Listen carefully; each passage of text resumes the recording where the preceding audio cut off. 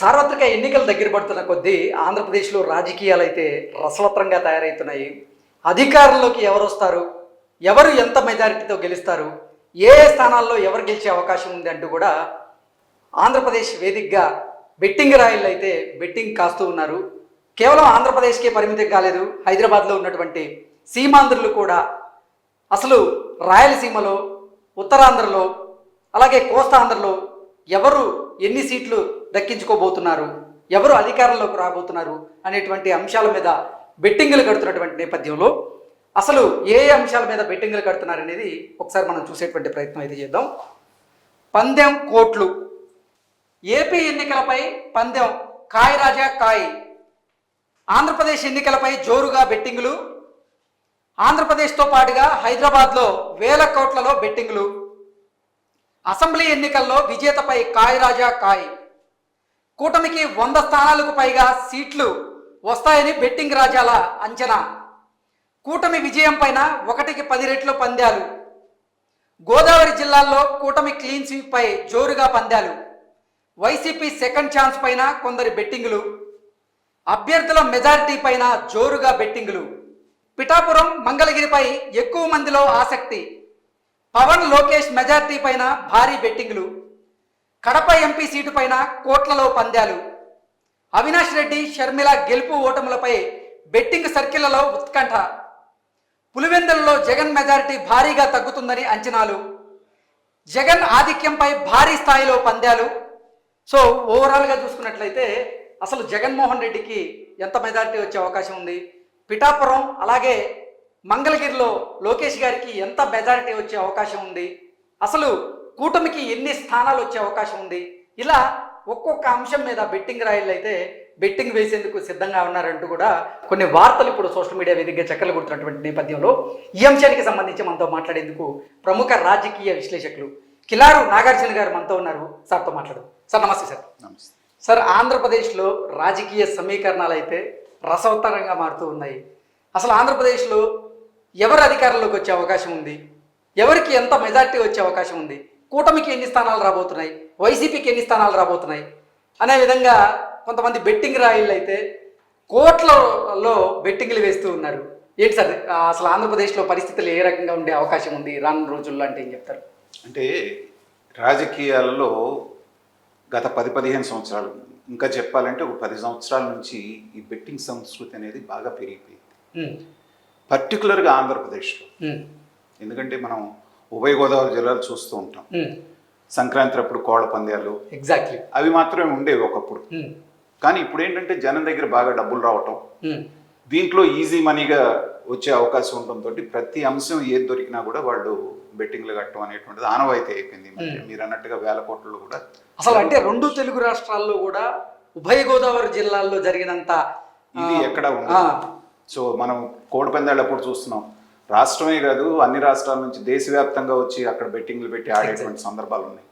అయితే ఈసారి ఏంటంటే మనకి వైనాట్ 175 అనేటువంటి నినాదంతో ఎన్నికలకు వెళ్ళినటువంటి వైసీపీ ఒక పక్కన 5 సంవత్సరాలు అధికారానికి దూరంగా ఉండి అనేక రకాల ఒడిదుడుకులు ఎదుర్కొని, కేసులు ఎదుర్కొని, చంద్రబాబు నాయుడు గారు స్వయంగా జైలుకి వెళ్ళి వచ్చినటువంటి తెలుగుదేశం పార్టీ ఒక పక్కన ఉన్నప్పుడు ఈసారి పోరు అనేటువంటిది చాలా ఉత్కంఠగా ఉంది.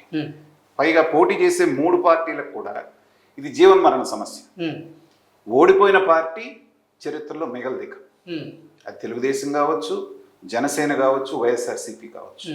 అలాంటి పరిస్థితుల్లో ఏంటంటే వచ్చిన ప్రతి అవకాశాన్ని అందిపుచ్చుకొని గెలవటానికి చాలా ఫైట్ చేస్తున్నాయి అన్ని పార్టీలు.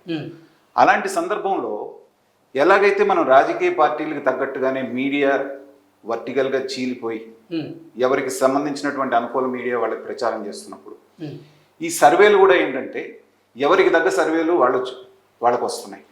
కొన్ని సర్వేల్లో వైఎస్ఆర్సీపీ గెలుస్తుందని, కొన్ని సర్వేల్లో కూటమి గెలుస్తుందని, రకరకాలు ప్రతి 2-3 రోజులకి ఒక సర్వే మనకు వస్తాం.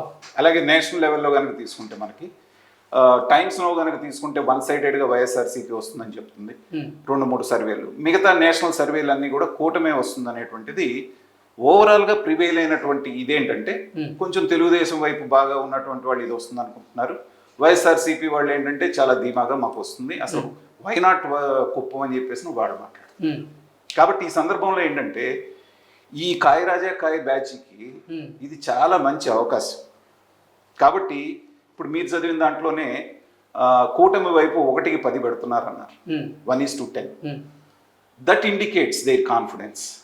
అంటే ఓవరాల్గా ఆంధ్ర రాష్ట్రంలో మూడ్ ఎలా ఉందనేటువంటిది ప్రజలకి కొంత అవగాహన వచ్చింది కాబట్టి బెట్టింగ్ రాయలకి. ఎందుకంటే కోర్టులో పందెం ఎవడో ఊరికే కాసి పోగొట్టుకోవడానికి. ఐపీఎల్స్లో కూడా కరెక్ట్గా గెలవబోయేదానికే కొంచెం ఎక్కువగా పెడుతూ ఉంటారు, బెట్టింగ్ రాయళ్ళు ఎక్కువగా ఇంట్రెస్ట్ చూపిస్తూ ఉంటారు. గెలుపు గుర్రాలు ఏవైతే ఉన్నాయో వాటి మీద కాయటం అనేటువంటిది గుర్ర పందాలు ఎప్పటి నుంచి చూస్తున్నాం.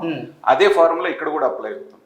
తర్వాత మీరు చెప్తే ఆశ్చర్యపోతారు, తుళ్ళూరులో ఒక సిద్ధాంతం ఉన్నాడు నాకు బాగా కావాల్సిన ఆయన స్పెషాలిటీ ఏంటంటే ఈ జ్యోతిష్యం దీని మీద. ఈవెన్ ఐపీఎల్ బెట్టింగ్లు కూడా ఆయనే చెప్తుంటాడు. ఆయన దగ్గర ముహూర్తం పెట్టించుకొని ఏది గెలుస్తుందో చూసి దాని మీద పందెం కాస్తూ ఉంటారు. అలాంటి ఇది స్థాయికి వెళ్ళిపోయారు మన ఆంధ్రప్రదేశ్ ప్రజలు.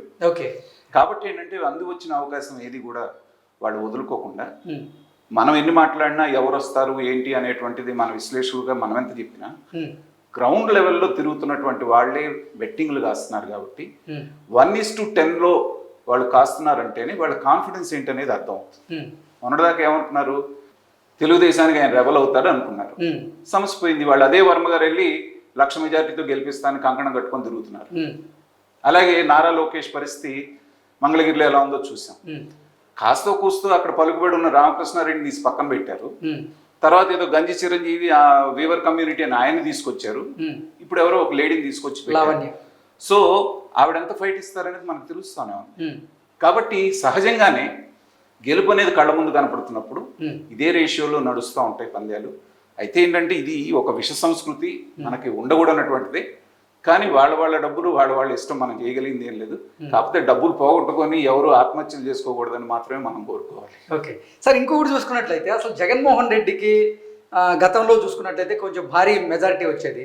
కానీ ఈసారి జగన్మోహన్ రెడ్డి మెజారిటీ తగ్గడం ఖాయం అంటూ కూడా చాలామంది బెట్టింగ్లు కాస్తూ ఉన్నారు. అంటే ఏంటి అసలు, అంటే పులివెందుల్లో జగన్మోహన్ రెడ్డికి వ్యతిరేక పవనాలు వీస్తున్నాయని ఆంధ్రప్రదేశ్ ఓటర్లు భావిస్తున్నారా? అందుకే అటువైపు పందెం కాసేందుకు మొగ్గు చూపుతున్నారా అంటే ఏం చెప్తారు సార్? అంటే ఇక్కడ ఒక రాజకీయ విశ్లేషకుడిగా ఆ ప్రాంతంలో ఉన్న కొంతమంది నాయకులతో నేను రెగ్యులర్గా మాట్లాడుతున్నప్పుడు ఏంటంటే, రాజశేఖర రెడ్డి గారు అంటే ఆ ప్రాంతంలో ఎంతైతే అభిమానం ఉందో వివేకానంద రెడ్డి గారు అంటే కూడా అంతే అభిమానం. ఎగ్జాక్ట్లీ. ఎందుకంటే రాజశేఖర రెడ్డి గారు అందరికి అందుబాటులో లేకపోయినా వివేకానంద రెడ్డి అనేటువంటి వ్యక్తి ఎవరైనా పని కోసం వస్తే తన కారులో ఎక్కించుకొని తన ఖర్చులతోటి వాళ్ళకి పని చేసి పెట్టే వ్యక్తి అనేటువంటి పేరు.